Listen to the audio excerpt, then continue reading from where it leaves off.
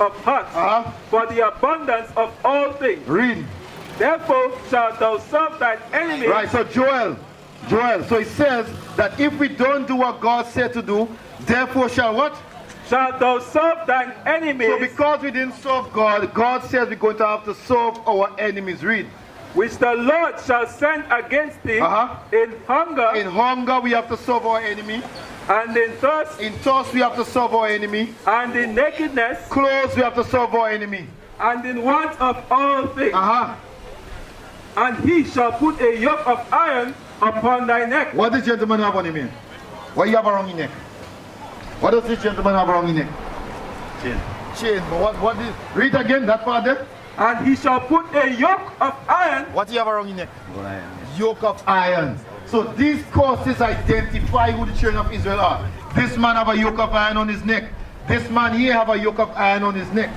Then we have people here. All of these things that you see around their neck is iron, yokes of iron, for breaking God's law. If you Google the term yoke of iron, you're going to see black people, so-called black people. So these causes identify who the children of Israel are. Read. And he shall put a yoke of iron upon thy neck until he have destroyed thee. Until we are destroyed. So when the yoke of iron came out of our neck, we were destroyed mentally. Now we don't know who we are. Now we call ourselves Grenadian. Now we call ourselves black. Now we call ourselves Trinidadian. We call ourselves Jamaican. Now we call ourselves by bywords. Jump to 68. Listen to what he said. Verse 68. Verse 68. And the Lord shall bring thee into Egypt again with ships. When the children of Israel left Egypt, did they walk out of Egypt or did they leave Egypt on a ship? During the journey that they left from Exodus come out, did they walk out of Egypt or did they leave on a ship? They walk out of Egypt. So when he said they shall bring them into, read again for me. And the Lord shall bring thee into Egypt again with ships. What was the condition of the children of Israel in Egypt? Bondage. Bondage or slaves, right? Yeah. So when he says he's going to bring them into Egypt again, what is he really saying? He's going to bring them into what again? Say that again. When he says he's going to bring them into Egypt again, and Egypt, when they was in Egypt, they was in bondage.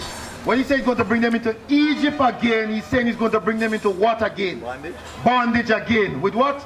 With ships. With ships. Who did this happen to? These things that we see in here. Who did this happen to? Yes, I give you a man. Who did this happen to? Right here. During this time here. Who did this happen to? The Africans. The Africans. But according to the Bible, according to the courses, what does that make us? Later.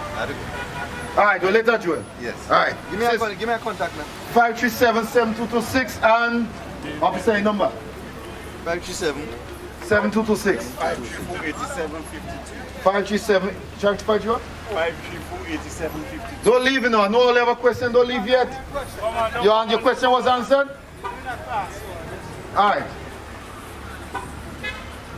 So back to Deuteronomy 28 again. The Bible tells us is that the other nation, when give me that in Ezekiel. Ezekiel 2, I think. Ezekiel 2? Yeah, they will listen. Right. The Bible said that the other nations, when they hear this word, they're going to listen, you know. But our people, when they hear this, they won't listen. That's what God said. Bro, what's the question? The question you have. What's the question? Sorry. Why men wearing the pants down? Why men wearing the pants below the bottom? Yeah. The same reason why women wearing scanty clothes. Yeah. Because the women want to attract the men, and the men who wear the pants below the bottom, they want to attract men as well. Simple answer. I will teach. So go, give me that in Ezekiel. Ezekiel 2:5. 3:5 and 2:5. Read. For thou, the book of Ezekiel chapter 3 verse 5. For thou art not sent to a people of strange speech. So we are not sent to a people of strange speech or strange language. But I have a question for you because you came and you asked us a question. I have a question for you. Who are you according to the Bible? Take a pack and come let You me are have a you. discussion. Who are you according to the Bible? You do subscribe. You like to get a discussion soon. You're a God? You're okay.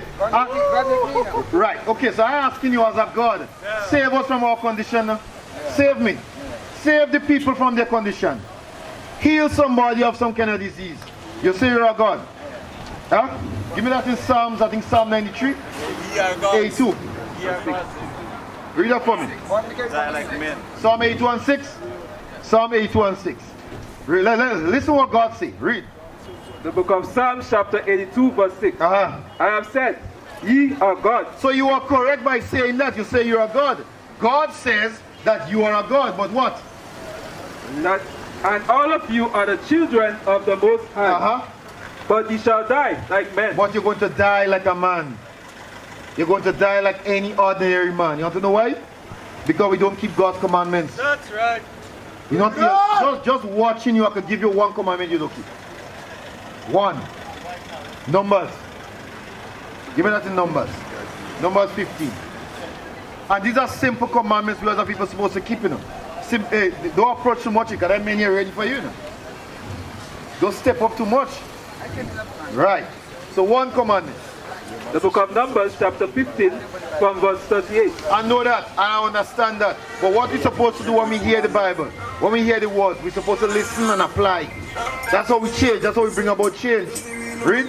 Book of Numbers chapter 15 verse 37. And the Lord spake unto Moses, saying, Speak unto the children of Israel, and bid them that they make them fringes in the borders of their garments. What you see on the edge of all the men's garments here, the men who come down here to teach, what you see on the edge of the clothes?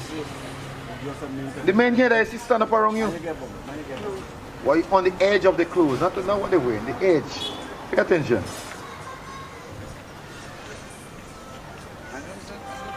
It's called fringe. So you're seeing fringe on all the men's clothes. Watch it, Baruch. Do you have fringes on your clothes? No. That's a simple commandment. That is something that is simple for you to fix. You can just go home and just continue reading it. So let's explain what the fringes is for. Go ahead. And bid them that they make them fringes in the borders of their garments. So you want to know the real reason why God instituted fringes? Because there was a man who cooked on the Sabbath day and God said kill him. There was a man who cooked on the Sabbath day and God said stone him and kill him for breaking his Sabbath. But all people are doing it today because there is no judgment. Judgment is not being brought forth immediately. If all people, as soon as they broke the Sabbath day, God would have killed them, no one would break the Sabbath.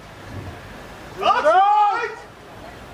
Continue reading that. Go a little higher. I want you to stay and listen to that. Go a little higher. Let's see why the man break the Sabbath. When the man break the Sabbath, what God did. Verse 32. And while the children of Israel were in the wilderness, they found a man that gathered sticks upon the Sabbath day. And they that found him gathering sticks brought him unto Moses and Aaron and unto all the congregation.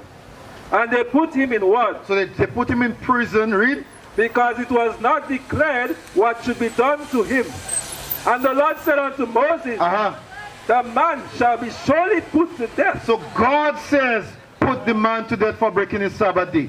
God said, kill that man for breaking his Sabbath. That's right. You think that after that generation was alive, while that generation was alive, anyone would have gone and pick up sticks to break his Sabbath after that? No. Not that. Because that man was put to death instantly. Now everybody respects the Sabbath day. Because at that time, people had stones on their house waiting for somebody to break the Sabbath day. Just pick up a stick. And they waited for that. Boom. The Most High made sure that judgment was brought forth swiftly and speedily. And everyone obeyed. Read again. Read on. Verse 32.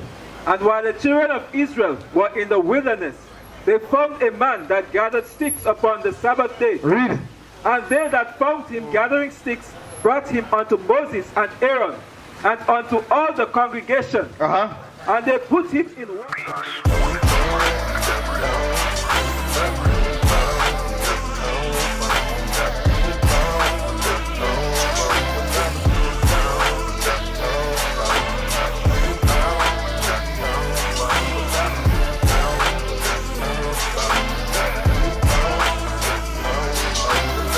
mean that we have to continue in that way? No, we have to fix it. So next Saturday, you're not supposed to be buying, because I told you buying is breaking the Sabbath day. Did you cook today? Yeah. No, you break it. Yeah, but I like the belly. yeah, but you just break it. The same thing the man did here, you know. I like the belly. The same thing the man did here. You that in Exodus 16, I think. I can't get hungry. You can't. We didn't say to stay hungry, you know. We say cook, because you could prepare. Read it for me. Hey man, cook. Hold on. about the cooking. Yeah. 35 plus 3. That's 16 to 8, what thing too. But go ahead. The book of Exodus chapter 35 verse 3. Ye shall kindle no fire throughout your habitations upon the Sabbath day. Read. And Moses spake unto the congregation of Israel, saying, This is the thing which the Lord commanded. So God commands that we don't kindle no fire. Kindle no fire to cook on the Sabbath day. So God said don't do that. So next Saturday, what you're not going to do, you're not going to next Saturday you're not going to cook. You're not going to cook, and you're not going to buy yourself. Buy yourself. Right. So that's keeping the Sabbath day holy. And next thing you have to do is to put on your fringes on your clothes. That's you keeping God's law. That's how you're going to get mercy from God. Because when God comes back, guess what he's going to do? He's going to destroy the people who break in the Sabbath day. Read that for me. Exodus 16, 22 and 23. The book of Exodus chapter 16 from verse 22. And it came to pass that on the 6th day they gathered twice as much bread. So what you're supposed to do on the 6th day? Gather twice as much. Prepare twice as much. Read. 2 omers for one man. And all the rulers of the congregation came and told Moses. And he said unto them, This is that which the Lord hath said. Tomorrow is the rest of the holy Sabbath unto the Lord. So they gathered for 2 days on the 6th day. You have a fridge at home? Yeah. Right. So you make what you make on the day before, which is Friday, and you put it in the fridge for Saturday. And then when Saturday comes, you take it out of your fridge and you leave it outside, and then you go and you eat it. What's wrong with that? No, you can't warm it up. You don't listen to what I just tell you. Go back to the one you give me in Exodus 35. I don't eat cold food. The book of Exodus chapter 35 and verse 3. Listen. Come on, Elisha, come on. Ye shall kindle no fire throughout your habitations upon the Sabbath day. So you cannot warm the food on the Sabbath day. You have to eat it as how it is room temperature. So you take, listen, you take it out in the morning and you leave it until you're ready to eat. So you ain't cold no more. That easy to do what I had to do. Easy to do. It's what? Easy to do. So that easy to do. God, hey, let me tell you something. God's laws are easy to keep, you know. Our people are making it hard. We making it hard because we say we can't do it. But guess what they'll say? Through Christ, they could do everything, eh? So if through Christ they could do everything, then through Christ keep it Sabbath day. Through Christ stop wear pants. Through Christ stop eat pork. That's right. Yeah, some people eating pork, but guess what they're going to get? They're going to get the judgment from God still. Hey, and the man who's selling the pork to the people going to get the judgment from God the same way too. Because the man who's selling the pork is same to the man who's selling the drugs in communities. That's right. So they're doing the same thing.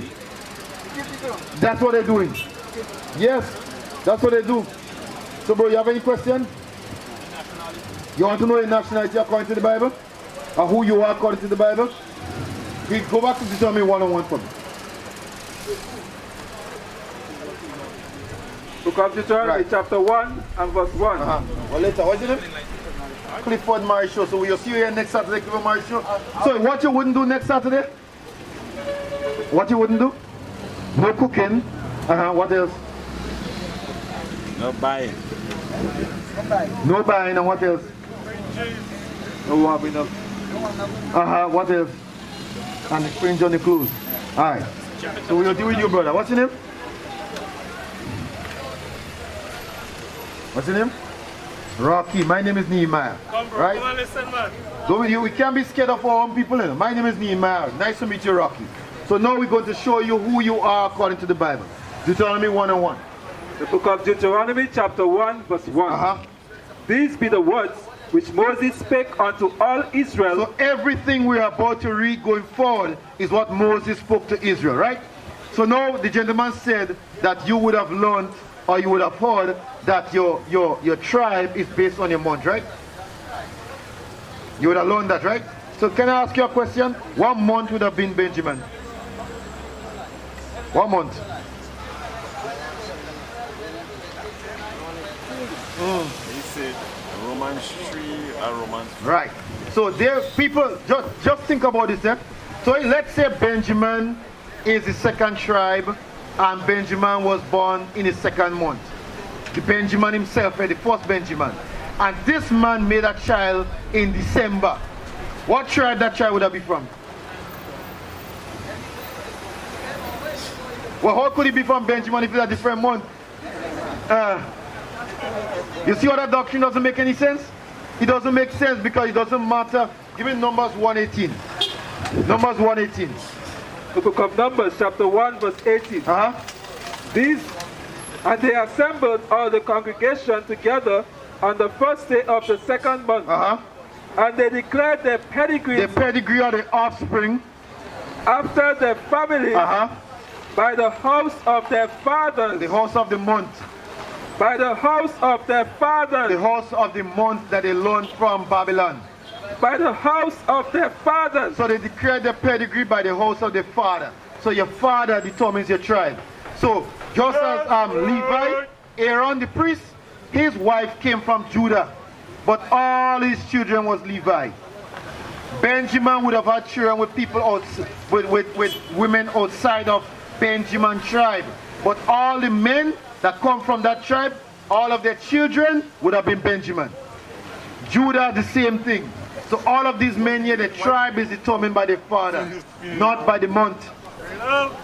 Because if, let's say, you have children, so let's say you would have you born, they say that you're Benjamin because you're born on the second month, and then you make a child in April. Are you saying that your tribe doesn't belong to you? Your child is not your child? Your child belongs to another tribe? No, that doesn't make any sense. This is where we have to reform our minds, because the Rastafarian and them speaking a doctrine, but none of it makes sense. It's something I wanted to bring. It doesn't make no sense.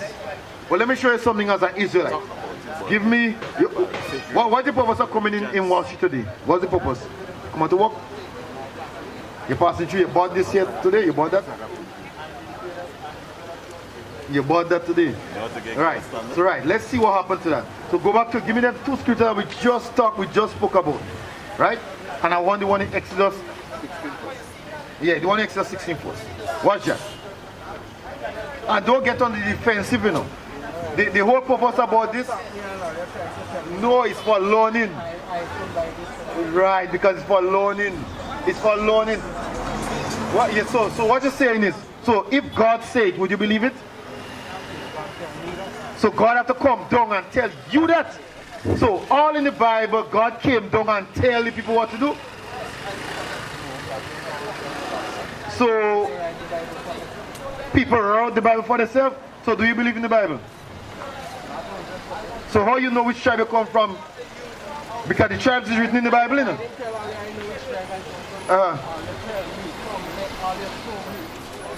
Right, so but before that, didn't you believe you was from a tribe? So let me ask you, before that, before this encounter, so you didn't know, you did. Right, okay, but don't go on the defensive. Don't go on the defensive. Give me that in Exodus 16. The book of Exodus chapter 16 verse 23. And he said unto them, This is that which the Lord had said. Tomorrow is the rest of the holy Sabbath unto the Lord. Bake that which you will bake today. So do everything that you could on the Friday. And sift that you will sift. And that which remaineth over, lay up for you to be kept until the morning. So there's nothing wrong with you preparing anything on a Friday and use it on a Saturday? That's right. There's nothing wrong with that. Everybody here did the same thing and none of us ended. So if you do it, you go dead. So if you do it, you go dead. No, I'm asking you, I'm just asking. God said that. God, we just read it. No, we read that from the Bible, which was inspired by God. That's right. Let me ask you. In the work that you're doing, ain't you have to follow what somebody tell you to do? Because you didn't go on the work and lay down your own rules. When you went to work, somebody tell you, do this and so how is it? So why is it? So why is it that we could go? Yes. So why is it that we could go to a job where somebody telling us what to do, but when it comes to the Bible, all of a sudden, man that write the Bible? Why should I follow that? Why should I follow that? We go to school and they taught us in school. We pick up the book and we read it. We do the exam and we believe everything that we read in the school books. But when it comes to the Bible, no, man that write that, I shouldn't follow that. And right after we just tell him about breaking and buying things on the Sabbath, what are you going to do? Buy on the Sabbath. You see? And it's not, it's not your money. Bring it up! Not your face on the money. That money doesn't belong to you. Used to scream black power while heroin was pushed. But at the end of the day, nothing's in vain. I.U.I.C has been given a vision. The tents of Judah has risen. Many has attempted the mission. Minor murmuring, omitting, and missing the mark. Just reading that he had the flame of fire in his eyes gave us the spark. We on Paul's mission. We out on the road, purple and gold. From Mexico, Cuba, Haiti, Ghana, Sierra Leone. 144,000 boots banging, concrete crackling. These are our men repented at heart. The scriptures is proof. I.U.I.C, we deliver the truth.